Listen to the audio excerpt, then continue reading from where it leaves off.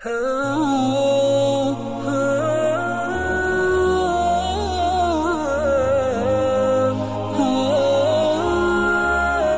वालेकुम दोस्तों, कैसे हो? उम्मीद है कि सब खैरियत से होंगे। अल्लाह आप लोगों को ऐसे ही खुश रखे। आज हम अहमदनगर के एक तारीखी मकाम चांद बीबी का महल वहां जा रहे हैं और आपको वहां की सैर कराने वाले हैं और वहां की जो मुख्तसर तारीख और हिस्ट्री है वो आपको बताने वाले हैं इंशाअल्लाह। और अभी हम चांद बीबी के महल की तरफ बढ़ रहे हैं। आ रही है ये अहमदनगर से चांद बीबी के महल की तरफ जा रही है, तो इंशाअल्लाह वहां पर जाकर आपको वहां की तारीख और वहां की सैर भी कराते हैं। मुझे उम्मीद है कि आज का ये अहमदनगर का जो व्लॉग है वो आपको अच्छा लगेगा, मालूमाती लगेगा। हमारे साथ हमारे भाईजान है अकबर भाईजान, बादशाह अकबर, और मौलाना इब्राहिम साहब और हमारे यासिर भाई साथ में हैं। हम लोग सब साथ में हैं माशाल्लाह। और हमारे भाईजान पहली मर्तबा हमारे साथ सफर कर रहे हैं। आप उनके चेहरे को देख के लग सकता है कि वो सिर्फ अकबर नहीं है बल्कि जलालुद्दीन अकबर नजर आ रहे हैं। ठीक है, चलिए आगे बढ़ते हैं। अभी हम अहमदनगर में हैं और अहमदनगर में जो चांद बीबी का महल जिसे कहा जाता है, हम वहां पर जा रहे हैं और वहां जाकर आपको वहां की मालूमात इंशाअल्लाह हम देंगे। ये जो पहाड़ नजर आ रहा है, बस इसके ऊपर चांद बीबी का महल है। थोड़ा करीब जाने पर आपको इंशाअल्लाह नजर आएगा। ठीक है ना? महल तक जाने के लिए छोटा सा घाट भी लगता है जो आप देख रहे हैं। यानी बहुत बड़ा पहाड़ भी नहीं है लेकिन छोटा भी नहीं है, तो एक छोटा सा घाट लग रहा है। ये देखिए ऊपर इस पहाड़ की चोटी पर वो महल है। वो महल हम आपको पूरी तरीके से बताने की कोशिश करेंगे।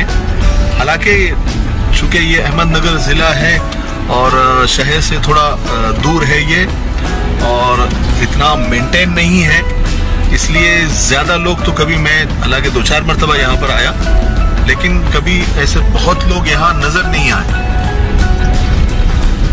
बहुत कम लोग यहाँ पर आते हैं, बहुत कम लोगों को इसकी मालूमात है। आप देख सकते हैं हम काफी ऊपर तक आ चुके हैं और चूंकि बारिश का मौसम अभी तक शुरू हुआ नहीं है और काफी धूप रहती है अहमदनगर जिले में, तो ये सब पहाड़ बिल्कुल पीले होकर काले हो चुके हैं। और ये आप देख सकते हैं कि दरख्तों पर हरियाली तक नहीं बची है, तो दिखने में इतना भी खूबसूरत तो नजर नहीं आ रहा है।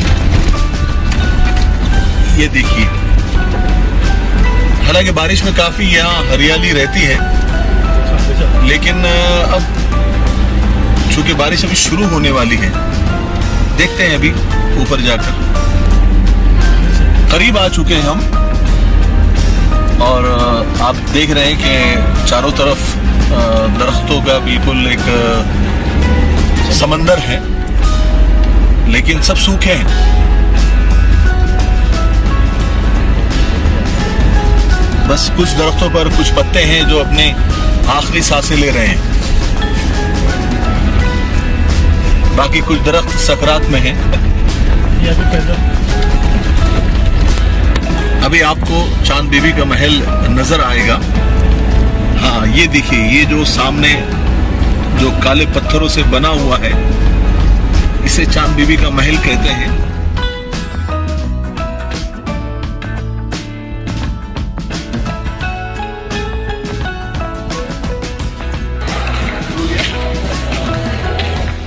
कहा जाता है कि पहले के लोग अनपढ़ थे या कम पढ़े लिखे थे, इंजीनियरिंग उनको पता नहीं थे, लेकिन उनकी जो कारीगरी है और उनके जो तामीरात हैं, उनके जो कंस्ट्रक्शन है, वो देखकर ऐसा कभी लगता नहीं कि वो लोग अनपढ़ होंगे।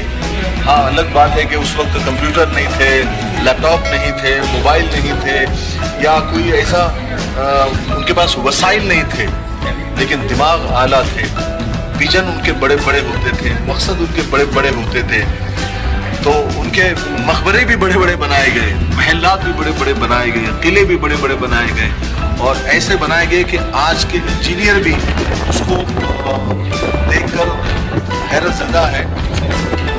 आजकल कोई भी बिल्डिंग बना लो तो 100 साल 200 साल में वो बिल्कुल टूटने को हो जाती है, लेकिन आप देखिए इन महलात को, इन मकबरों को, इन किलों को जो पहले के बादशाहों ने, राजाओं ने जो बनाए, वो आज भी ऐसे हैं कि जैसे इतने मजबूत हैं और उन्होंने बुनियादी की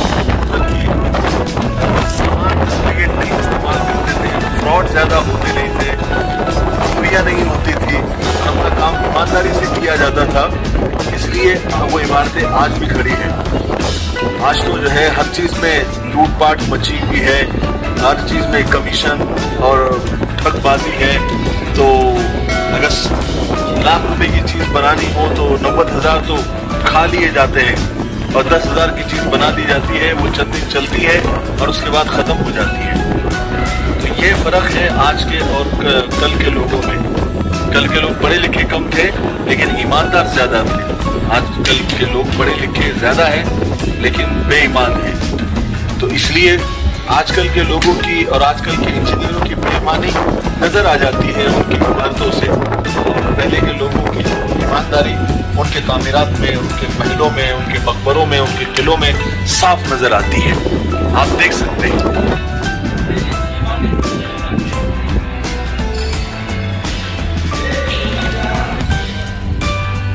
अस्सलाम वालेकुम दोस्तों, इस वक्त हम अहमदनगर में हैं और अहमदनगर की एक तारीखी जगह, तारीखी मकाम चांद बीबी का महल, इसे चांद बीबी का महल भी कहा जाता है, चांद बीबी का मकबरा भी कहा जाता है। और ये बड़ी मशहूर खातून थी। ये इनके वालिद का नाम हुसैन निज़ाम शाह दक्कन, ये उनकी बेटी थी। 1550 में इनकी पैदाइश हुई और 1599 में इनकी वफात हुई। ये बीजापुर की भी सुल्ताना रह चुकी है और अहमदनगर की भी सुल्ताना रह चुकी है। और ये खातून मशहूर हुई थी अकबर बादशाह की जो फौज थी, जो अकबर बादशाह ने यहाँ भेजी थी इनसे लड़ने के लिए और अपने इख्तियार में अहमदनगर को शामिल करना चाहते थे अकबर बादशाह, लेकिन चांद बीबी ने उनसे लड़कर उनकी पूरी फौज को नाकों तले चने चबवा दिए थे और उनकी फौज को वापस कर दिया था। तो ये चांद बीबी हालांकि पर्दा नशीन खातून थी लेकिन जबरदस्त तलवारबाज भी थी और घोड़सवारी भी करती थी और बड़ी जंगजू थी। तो ये बड़ी मशहूर खातून है। लेकिन अहमदनगर के ही किलेदार हामिद खान की गद्दारी की वजह से इनके घर में घुसकर फौज ने इनको शहीद कर दिया था, इनको मार दिया था। इसीलिए वो जो एक शेर है वो इनके ऊपर बराबर फिट बैठता है कि हमें अपनों ने लूटा गैरों में क्या दम था। और एक कहावत भी इनके ऊपर फिट बैठती है कि अगर अपनों में ही मक्कार, गद्दार और मुनाफिक दोगले अगर छुपे हो तो मैदान में खड़ा शेर भी कुत्तों से हार जाता है। इसलिए हमेशा याद रखें कि अपनों में गैरों में, अपनों में मुनाफिकों में, अपनों में और दोगलों में हमेशा फर्क करना सीखे। चांद बीबी का जो शहीद किया गया वो सिर्फ अपनों की गद्दार, और ऐसे कई बादशाह और ऐसे कई सुल्ताना और ऐसे कई बड़े बड़े राजाओं को उन्हीं के अपनों ने, मीर जाफर, मीर सादिक पैदा हुए और टीपू सुल्तान को भी अपनों ही की वजह से और अपनों ही एक मुनाफिक की वजह से उनको शहीद कर दिया गया था। तो ये तारीख है और इन तारीख से हमको सीखने को मिलता है। अब ये महल जो हम आपको अभी बताने वाले हैं, आप देखिए ये इसमें खास बात है, काफी पुराना है, तकरीबन 500-700 साल, 1500 के बाद की ये इमारत है तो 700 साल तकरीबन हो गए। लेकिन इस इमारत को आप देखेंगे अभी तक बिल्कुल इसकी बुनियाद मजबूत है, ये इमारत भी मजबूत है। उस वक्त तो कहा जाता है कि लोग पढ़े लिखे नहीं थे या कम पढ़े लिखे थे या इतने बड़े इंजीनियर नहीं थे, इतने कंप्यूटर, इतना साइंस उनके पास नहीं था, लेकिन वो अपने काम के मामले में बड़े ईमानदार थे, इसलिए उनकी इमारत आज भी खड़ी है। आज हालांकि पढ़ाई लिखाई ज्यादा हो गई, ग्रेजुएशन और इंजीनियरिंग की लेवल लोगों ने पार कर दी, लेकिन ईमानदारी नहीं रही। इसलिए आजकल के इंजीनियर की बनाई हुई इमारतें चंद सालों के अंदर ही बिल्कुल ढहने के करीब हो जाती है, पुल गिर जाते हैं, ब्रिज गिर जाते हैं और बिल्डिंगें गिर जाती है। तो पहले लोग भले पढ़ाई उनकी कम थी लेकिन ईमानदार थे। आज के लोग पढ़े लिखे ज्यादा है लेकिन बेईमान भी उतने हो गए हैं। तो मुझे उम्मीद है कि आज की मुख्तसर सी तारीख से हमको बहुत कुछ सीखने को मिला होगा। ठीक है, अस्सलाम वालेकुम। हमने आपको चांद बीबी का महल बता दिया, उसकी सैर करा दी और उसकी मुख्तसर सी तारीख जो हमको पता थी, हमको मालूम थी, वो आपको हमने बता दी। और हमारा ये दावा नहीं है कि हमने जो तारीख, जो हिस्ट्री बताई है वो 110% सही है। हो सकता है उसमें कुछ ऊंच नीच हो गई हो, कुछ थोड़ी बहुत कमी ज्यादती हो गई हो, उसके लिए हम माफी चाहते हैं। लेकिन जितनी हमें मालूमात थी हमने उतनी बता दी, ठीक है। तो अभी हम लोग वापसी में हैं, चांद बीबी के महल से अहमदनगर की तरफ जा रहे हैं। हमारे अजीज दोस्त मौलाना शफीक साहब मदजिल्लुल आली, जो हमारे बहुत अच्छे दोस्त हैं और अहमदनगर की मिलिट्री मस्जिद के इमाम भी है, उनके यहाँ पर दावत में हम जा रहे हैं खाना खाने के लिए। आप उनके लिए दुआ करें कि अल्लाह ताला उन्हें खुश रखे, आबाद रखे। आ रही है ये चांद बीबी के महल से अहमदनगर की तरफ जा रही है। मुझे उम्मीद है कि आपको ये वीडियो अच्छा लगा होगा, मालूमाती लगा होगा और आपके इल्म में इजाफा हुआ होगा। आपको वीडियो कैसा लगा कमेंट बॉक्स में जरूर बताइए, अपनी राय जरूर दीजिए और अच्छा लगा हो तो आगे शेयर जरूर करें। और हमारे चैनल मिफ्ताही चैनल को अगर आपने अभी तक सब्सक्राइब नहीं किया है तो सब्सक्राइब कर लीजिए, ठीक है। और दुआ में याद रखें और आने वाले ब्लॉग का आप इंतजार करें। अस्सलाम वालेकुम।